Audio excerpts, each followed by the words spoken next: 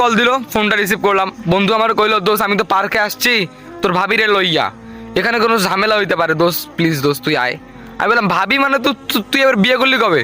তখন আমার বন্ধু বললো, আরে বেটা গার্লফ্রেন্ড মানে তোর ভাবি না। আমি বললাম যে আচ্ছা, তো তুই কোথায় কোন পার্কে আসিস? তো বললো যে আমি রংপুর শিশু পার্কে আছি। আর আচ্ছা ঠিক আছে আমি আসতেছি। তারপরে আমি একদম বাইক নিয়ে চলে গেলাম ওখানে। তো যাই আমার বন্ধুরে ওখানে দেখতেছি কেউ নাই, মানে অনেক জোড়া জোড়া বসে আছে, কিন্তু আমার বন্ধুর কালাচান মুখখানা নাই।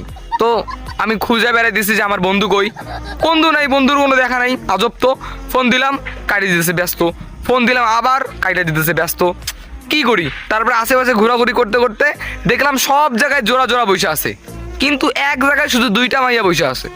অদ্ভুত লাগলো, কি রে ভাই, সব জায়গায় জোড়া জোড়া, এক জায়গায় খালি দুইটা মাইয়া বসে আছে, ঘটনা কি কিছু বুঝলাম না। আবার একটা মাইয়া মোটা, একটা মাইয়া এইটা চিকন। নেক্সট পার্ট ওরা কে এমন চান ভাবে কমেন্ট বসে বক্সে আছে বলে মনে হয় যাবেন। যে, আর এই ভিডিওতে হ্যাঁ, 2K মানে যে ওরা views boyfriend 1K like girlfriend, complete কিন্তু করে দিতে আসলে পারলে দুইটাই আমি তো আর বেরি। Next part